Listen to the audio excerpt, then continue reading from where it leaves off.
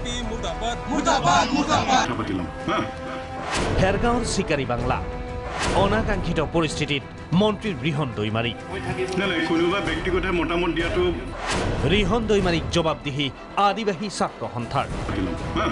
ভালকে কথা পাতিলাম আমি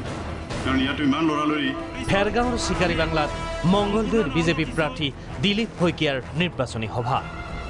বিজেপিৰ মিত্ৰদল হিচাপে বিপিএফ নেতা ৰিহন দৈমাৰীৰ দিলীপ শইকীয়াৰ নিৰ্বাচনী সভাত ভাষণ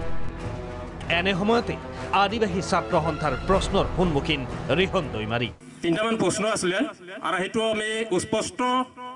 ভাবে আমি দেখিবলৈ পাইছো পেপাৰ মিডিয়াত এটকীয়া চাউল মোবাইল নালাগে চাহ জনগোষ্ঠীক দিয়ক জনজাতিৰ মৰ্যাদা এই দাবীৰে মন্ত্ৰী ৰিহন দৈমাৰীক আশা নেতাৰ এলানি প্ৰশ্ন যোনে নিৰ্বাচন প্ৰচাৰ কৰিব আহা যে আমাৰ বিধায়ক এমচিএলএ মন্ত্ৰী মহাশয়সকলে ক'ব নোৱাৰে যে আশা ছাত্ৰ সন্থাই যে আমাক সহায় কৰা নাই বুলি আজিৰ তাৰিখত তেখেতসকলে ক'ব নোৱাৰে তেওঁলোকে স্বীকাৰ কৰিব লাগিব যে পিটিএডি চৰকাৰ গঠন কৰাটো আমি সহযোগ কৰি আহিছো যোনটো বিজেপি চৰকাৰ গঠন কৰাটো আমি সহযোগ কৰি আহিছো কিন্তু আমাৰ জ্বলন্ত সমস্যা এসটি আৰু হেতুক আমি পোনপটীয়াবলৈ আমি দেখি পাইছো আৰু সেই কাৰণে আজি আমি এই নিৰ্বাচনী সভাত আমি কুৱেশ্যন কৰিবলৈ মানে ইচ্ছা কৰিলো আমাক এই দুইটকীয়া চাউল ফ্ৰী চাউলৰ প্ৰয়োজন নাই মোবাইলৰ প্ৰয়োজন নাই আজি আমাৰ ম্যাদী পটা পোৱা নাই এসটি ষ্টেটাছ আৰু এইটো আমাৰ বহুত ডাঙৰ সমস্যা আৰু ইয়াৰ পাছত নো এসটি নো ৰেষ্ট বিজেপি গো বেক ধ্বনি মই একদম স্পষ্টভাৱে কৈছো যদি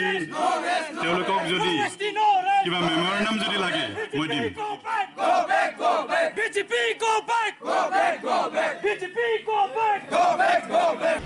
অনাকাঙ্ক্ষিত পৰিস্থিতিত মন্ত্ৰী ৰিহন যদি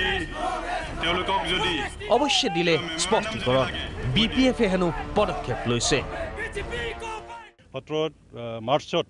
আমাৰ মাননীয় বিটিচিৰ চিফ আমাৰ বিপিএফ দলৰ সভাপতি হাগ্ৰামা মহিলাৰী ডাঙৰীয়াৰ নেতৃত্বত আমাৰ কেন্দ্ৰীয় সভাপতি বিজেপিৰ অমিত শ্বাহ ডাঙৰীয়াক এটা মেমৰেণ্ডাম দিয়া হৈছিলে আৰু সেই মেমৰেণ্ডাম একদম স্পষ্টভাৱে লিখা আছে যে 6 জনগোষ্ঠীৰ যিটো জনজাতিকৰণ কৰাৰ যিটো কথা সেইটো দ্বিতীয়বাৰ কাৰণে মোদী চৰকাৰ আহিলে সেইটো কৰিব লাগে বুলি কৈছে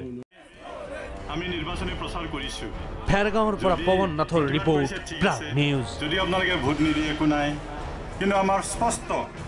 মই আপোনালোকক মেমৰেণ্ডাম কপি ডাউনলোড কৰি দিম